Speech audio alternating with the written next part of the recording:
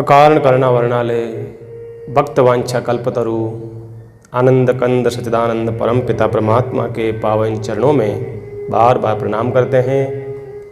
राम स्नेही संप्रदाय शाहपुरा पीठ के आदि आचार्य तपपुतात्मा ब्रह्मनिष्ठ चरित्र सम्राट युग पुरुष स्वामी जी श्री 1008 श्री रामचरण जी महाराज के पावन चरणों में बार बार प्रणाम करते हैं। भूत भविष्य और वर्तमान के सब संतों के चरणों में प्रणाम। पुष्कर राज की पवित्र धरा को प्रणाम। ब्रह्मा जी महाराज के पावन चरणों में प्रणाम। और पधारे हुए सभी गौ गंगा गीता गायत्री गुरु गोविंद के उपासकों, राम राष्ट्र राधकों, भक्ति शक्ति स्वरूपा मातृ शक्ति एवं भाइयों, दूर संचार के माध्यम से अपने घरों में बैठ कर के सुन रहे सभी श्रोताओं के हृदय में भगवान की झांकी को प्रणाम करते हैं।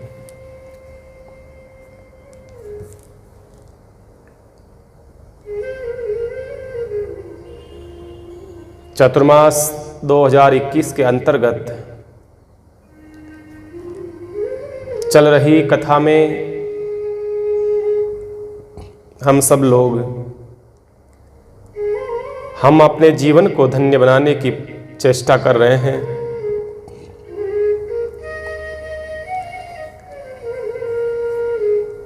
भगवत कृपा से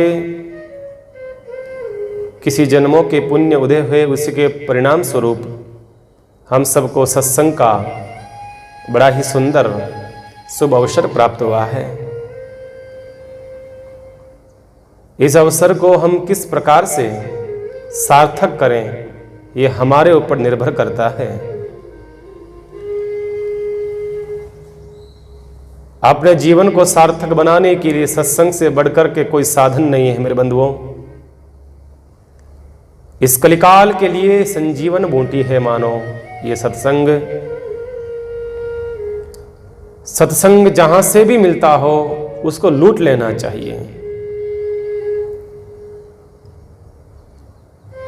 ये प्रतीक्षा न करें कि हमारे वहां निमंत्रण आएगा सत्संग का तब हम लोग जाएंगे, ऐसी इच्छा न रखें।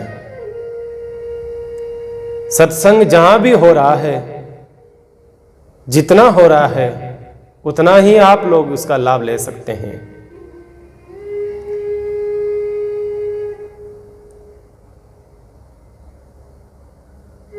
इस कलिकाल में इस जीवन को धन्य करने का दूसरा कोई साधन नहीं है। कलयुग केवल नाम आधारा, सुमिर सुमिर नर उतर ही पारा। इस भावसागर से पार होना है ना प्यारा, तो आपको सत्संग का सारा लेना ही पड़ेगा। पूरी दुनिया भटक के आ जाओ, पूरा संसार भटक करके आ जाओ, चाहे जितने रिश्ते बना लो, चाहे जितने सुखों को ले लो, चाहे जितना पैसा कमा लो, चाहे जितनी सकल पदार्थ संपत्ति कमा लो, चाहे जितना बड़ा पद ले लो, सब कुछ मिल जाए। राज मिले, गजबाज मिले, सब साज मिले, सब कुछ मिल जाएगा, लेकिन सत्संग जब तक नहीं मिलेगा तब तक अंतःकरण में शांति हो नहीं सकती है।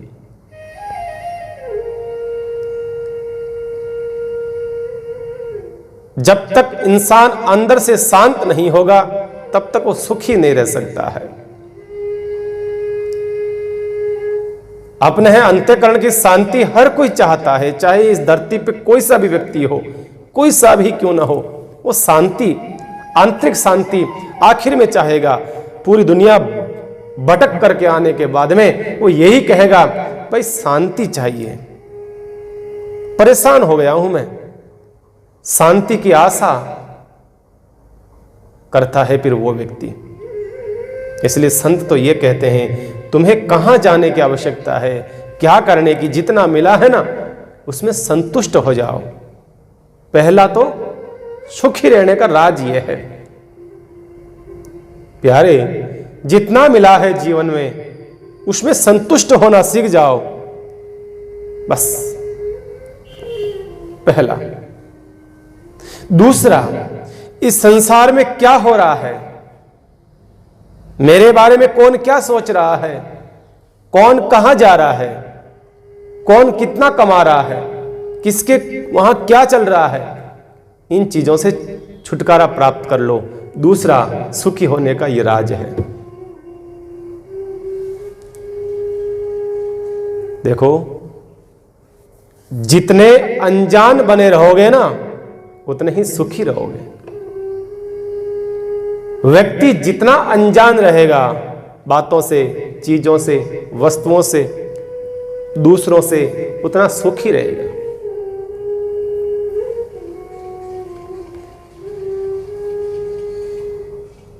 देखो,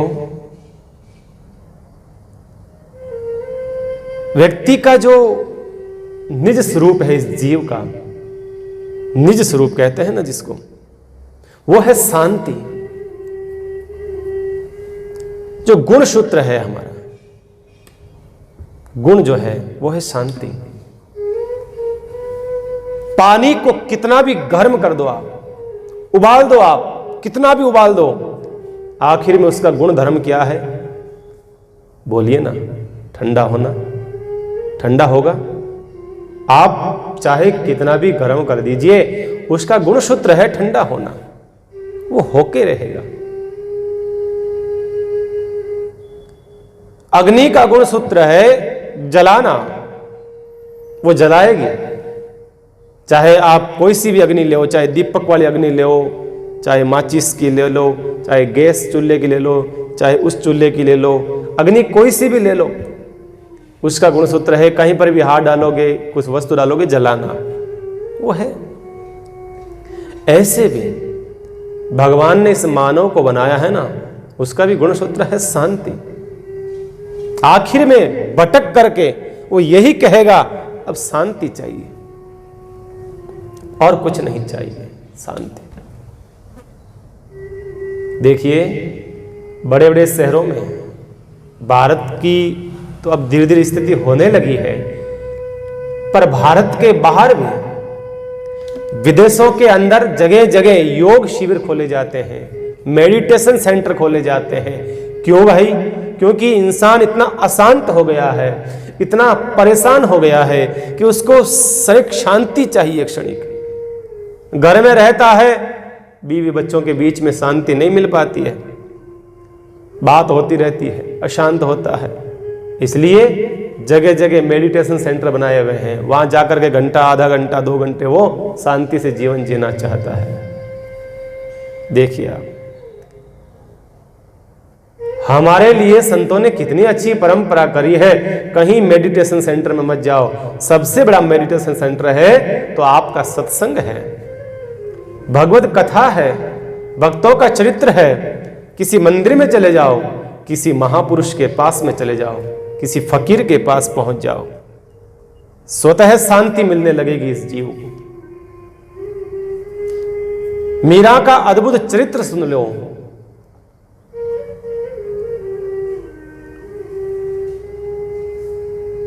मीरा जी का वो ही जीवन देखिए आप। मीरा का सत्संग करना नहीं छूटा। बाहर से मीरा परेशान है, लेकिन अंदर से शांत है मीरा। मीरा को कभी लगा नहीं कि लोग मुझे परेशान कर रहे हैं, कभी नहीं लगा। देखो, आपको ऐसा लगना ही नहीं चाहिए। क्यों? क्योंकि आप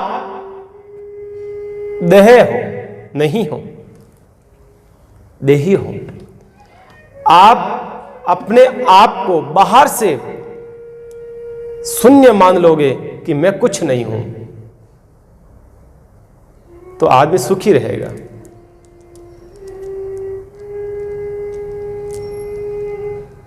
मीरा अपने आप को कुछ भी नहीं मानती थी। मीरा के साथ में इतने षड्यंत्र करे गए, लेकिन फिर भी मीरा सब षड्यंत्रों को भगवान के लीला समझ करके सहन करती रही।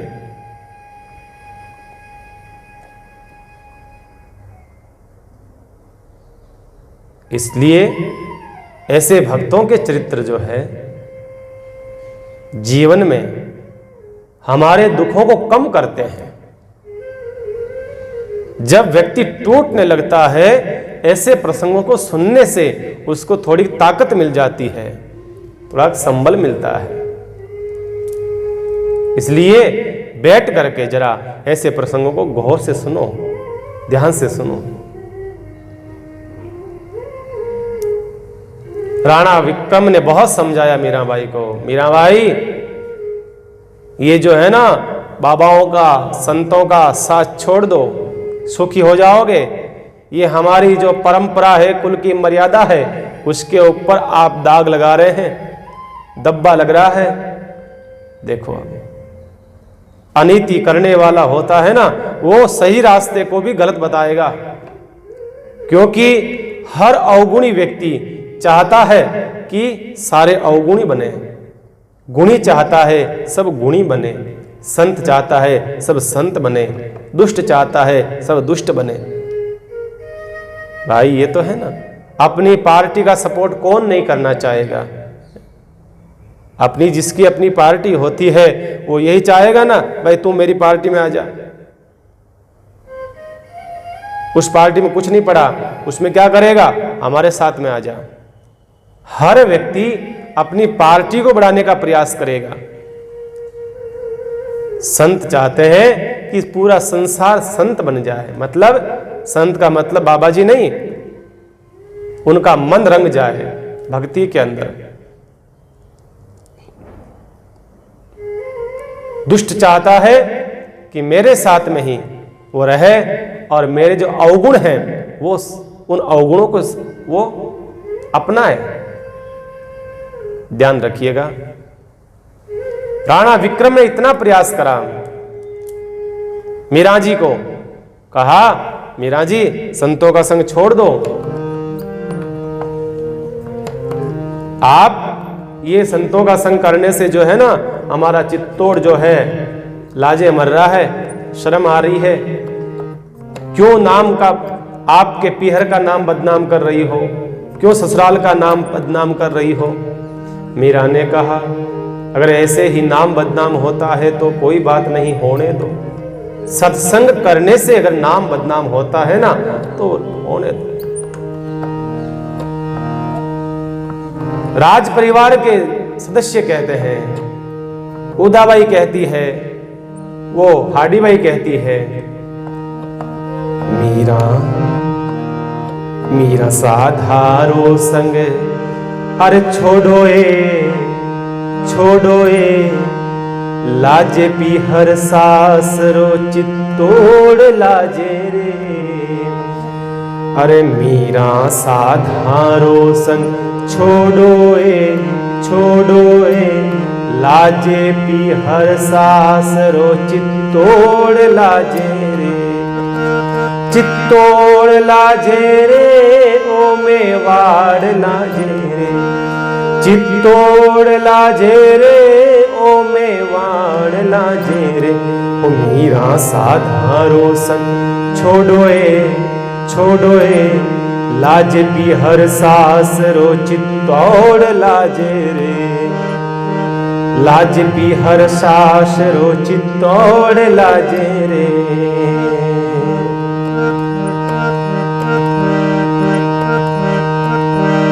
मीरा को हरिदेव रोजी राणा को दरबार, मीरा को हरिदेव रोन राणा को दरबार।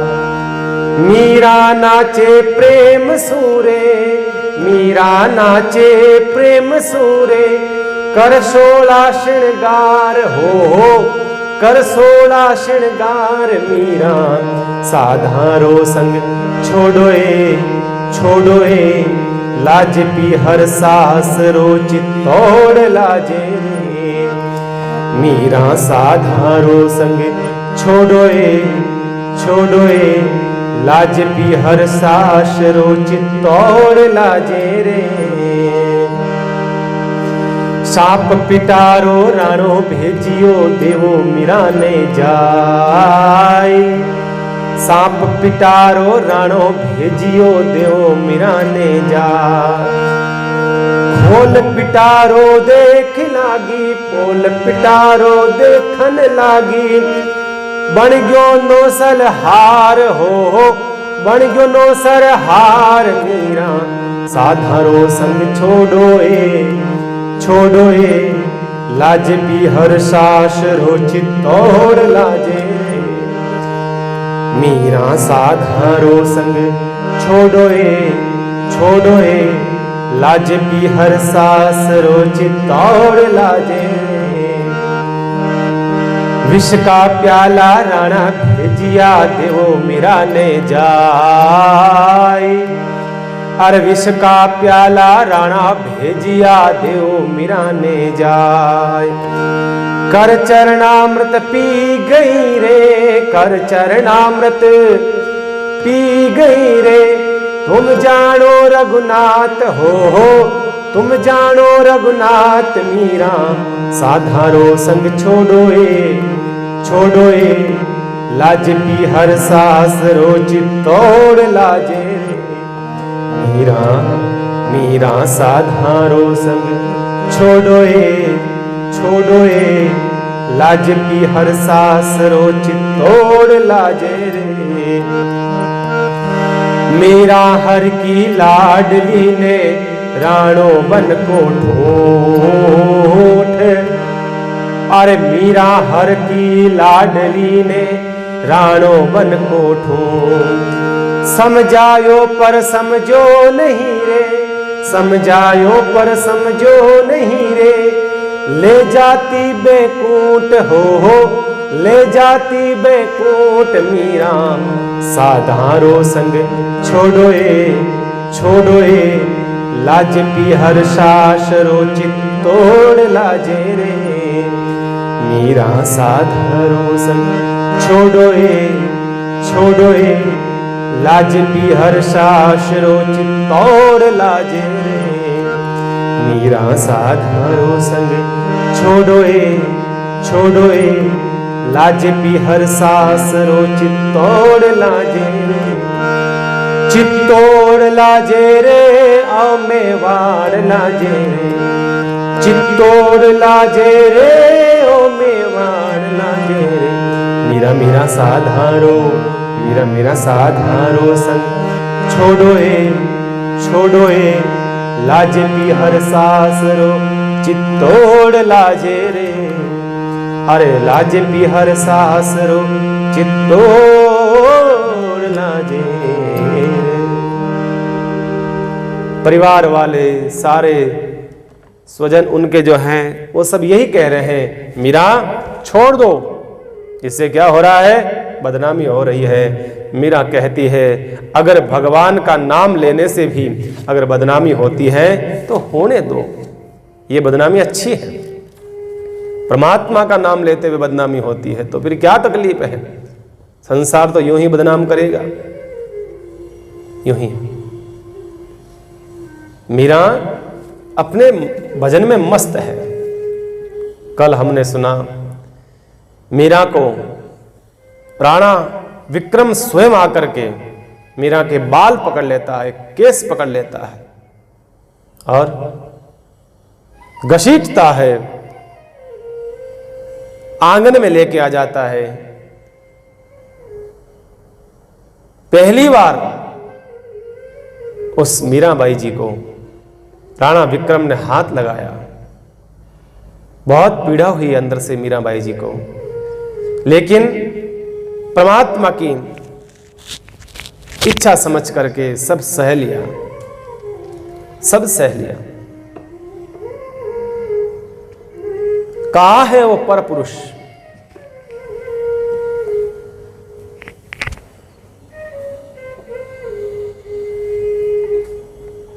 मीरा ने कहा, हे विक्रम, राणा विक्रम, पर पुरुष नहीं था वो परम पुरुष था। उसका दर्शन करना चाहते हो तो बैठो मेरे पास में, आओ मेरे साथ हरिसंकीर्तन करो, भगवान का नाम का जप करो। धीरे धीरे जैसे मेरे को दर्शन दिए हैं आपको भी दर्शन देंगे। आप बैठ जाइए, भगवान का नाम लीजिए। लेकिन वो तो दुष्ट ठहरा, तलवार से ऐसे चलाया। मीरा सामने खड़ी थी लेकिन तलवार निकल गई मीरा के बीच में से, लेकिन मीरा को छू न पाई। जैसे हवा में चलाते हैं ना, पानी में से चलाते हैं, इस प्रकार से कुछ नहीं बिगड़ा। ये देखो इस कलिकाल की सब घटनाएं हैं। मीराबाई को भगवान ने हर प्रकार से रक्षण करा, हर प्रकार से। आखिर में चला गया, परेशान होकर के राणा विक्रम, दास दासियां मीरा के पास में आई, चंपा, चमेली, केसर, सब ने मीराबाई से कहा, भाई साहब अब यहाँ रहने से कोई फायदा नहीं है, अब यहाँ से चलने में ही फायदा है। अब इस संसार के लोग हमारे ऊपर रात दिन षड्यंत्र रच रहे हैं, अब यहाँ रह करके क्या सुख प्राप्त हो जाएगा मीराबाई, चलो छोड़ो।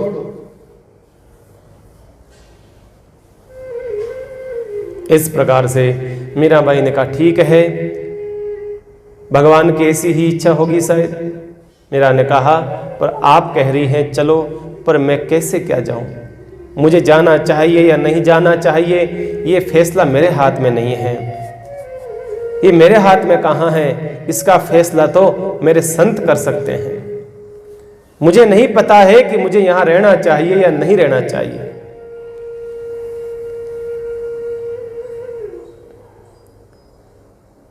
देखिए, अगर जीवन के लिए, अगर जीवन को सही मूल्यों में समझा जाए तो फैसले किससे करने चाहिए जीवन के, वो किसी महापुरुष से जाकर के पूछना चाहिए। जो भजनिक संत है उससे पूछना चाहिए, महाराज मुझे क्या करना चाहिए, मैं इस संकट की घड़ी में हूं, मुझे क्या करना चाहिए। क्योंकि संसार वालों से पूछोगे तो संसार वाला अपने ढंग से बताएगा, संत से पूछोगे तो संत परमात्मा के ढंग से बताएगा। इसलिए संसार से पूछोगे तो उनमें कुछ स्वार्थ छुपा हुआ है उनका, इसलिए फैसले सही दिए जा नहीं सकते। इसलिए किसी संत से पूछो। मीराबाई यही कहती है कि मेरा फैसला मेरे हाथ में नहीं है, मैं किसी संत से पूछूंगी।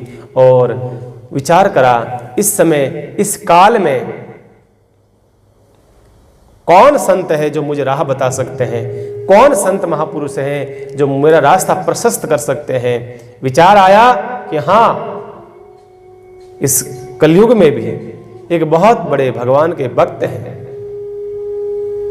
रामचरितमानस के रचयिता बाबा गोस्वामी तुलसीदास जी महाराज है ना, उनसे मैं रास्ता पूछ लेती हूं, उनसे रास्ता।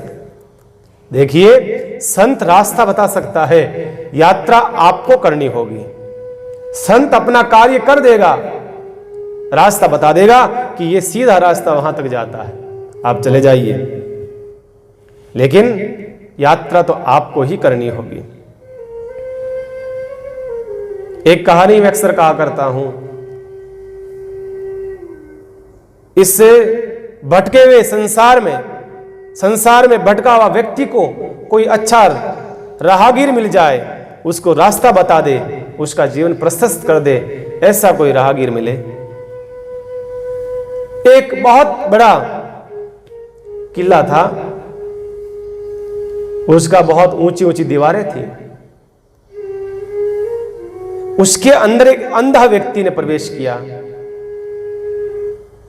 एक ही दरवाजा था उसका और बहुत लंबी चौड़ी दीवार किला था वो, और वो अंधा व्यक्ति उसमें चला गया और वो वापस आने में रास्ता भटक गया, वापस बाहर निकल नहीं सकता।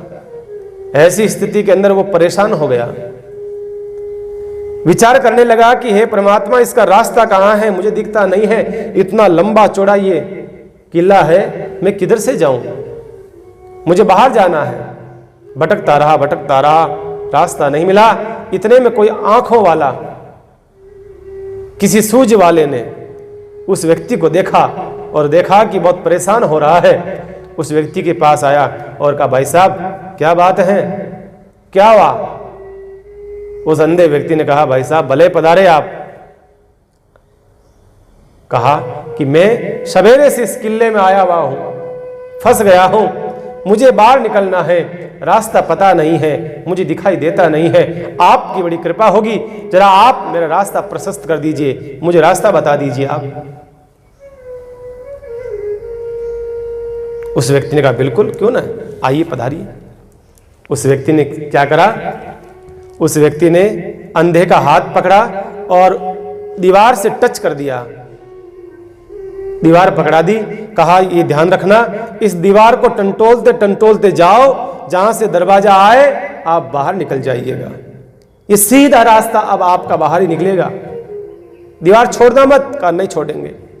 अब वो वेंदा व्यक्ति उस दीवार को टंटोलते टंटोलते चलने लगा, पूरा राउंड लगा करके जैसे दरवाजे के पास में आया, अचानक उसके खुजली हुई शरीर के ऊपर, कहीं माथे में कभी शरीर में, तो तुरंत वहां से हाथ छूटा, खुजली करने लगा और 2-4 कदम आगे निकल गया और रास्ता पीछे छूट गया, वापस दीवार को पकड़ लिया। अब उसको ये पता नहीं है कि जिस रास्ते से मुझे बाहर निकल रहा है ना, वो रास्ता तो पीछे छूट गया। पूरा राउंड वापस लेकर के आया, पुनः उसी दरवाजे के पास में आता, या तो अपने कपड़े ठीक करने लगता, या कुछ कहीं जगह खुजली हो जाती तो करने लगता था, या वहां से हाथ छूट जाता और पूरा राउंड वो वापस लगाना पड़ता। इस प्रकार से वो बाहर न आ सका।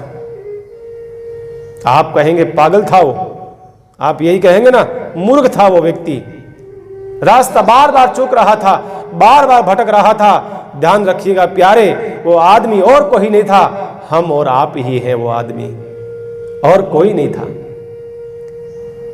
हम बार बार 84 लाख योनियों में आते हैं और रास्ता भटक जाते हैं। हमारे कितने जन्म होते हैं, कितने हम चले जाते हैं दोबारा, कई योनियों में भटकते हैं, रास्ता भटक जाते हैं। हमें संत आते भी हैं, अब मानव जन्म मिला है ना, संत मिलते भी हैं, चिल्ला चिल्ला करके कहते भी हैं, शास्त्र कहते हैं, संत कहते हैं, भागवत कहती है ये रास्ता है भगवान का, इस रास्ते को पकड़ लो, सीधा ठाकुर के पास जाओगे। हम रास्ता पकड़ते भी हैं, पकड़ाते हैं, रास्ता पकड़ते भी हैं, ऐसी कोई बात नहीं रास्ता नहीं पकड़ते हैं। कई लोग सत्संगी जीव होते हैं, वो रास्ता पकड़ते भी हैं, पकड़ते पकड़ते पकड़ते पकड़ते जैसे ही कोई संसार का काम आए छूट जाता है हाथ। सही है गलत है प्यारे, सच बोलना।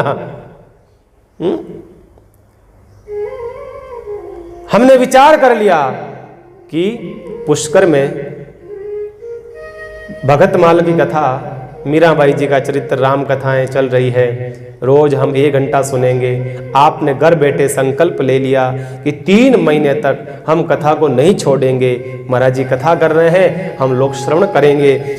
आपने संकल्प लिया, रास्ता पकड़ लिया, चलने लगे, लेकिन जैसे ही घर में कोई काम आया 15-20 दिन वो हाथ छूटा वहां से और वापस संसार में लग गए। ऐसे ही होता है ना,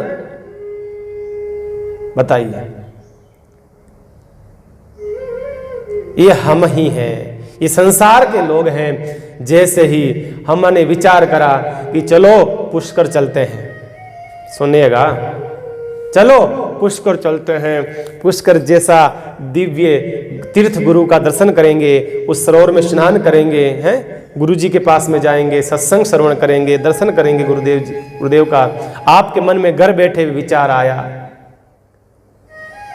आपने विचार करा कि चलेंगे, चतुर्मास चल रहा है, संतों का दर्शन करेंगे, वहां पर ब्रह्मा जी के दर्शन करेंगे। आपने घर बैठे सोच लिया और चलने लगे। आप घर से निकल भी गए, आधे पहुंच गए, घर से तुरंत फोन आया, हेलो हेलो, अरे जल्दी आओ, घर पर दुर्घटना घट गई कोई घर के अंदर, तुरंत आओ तुरंत आओ।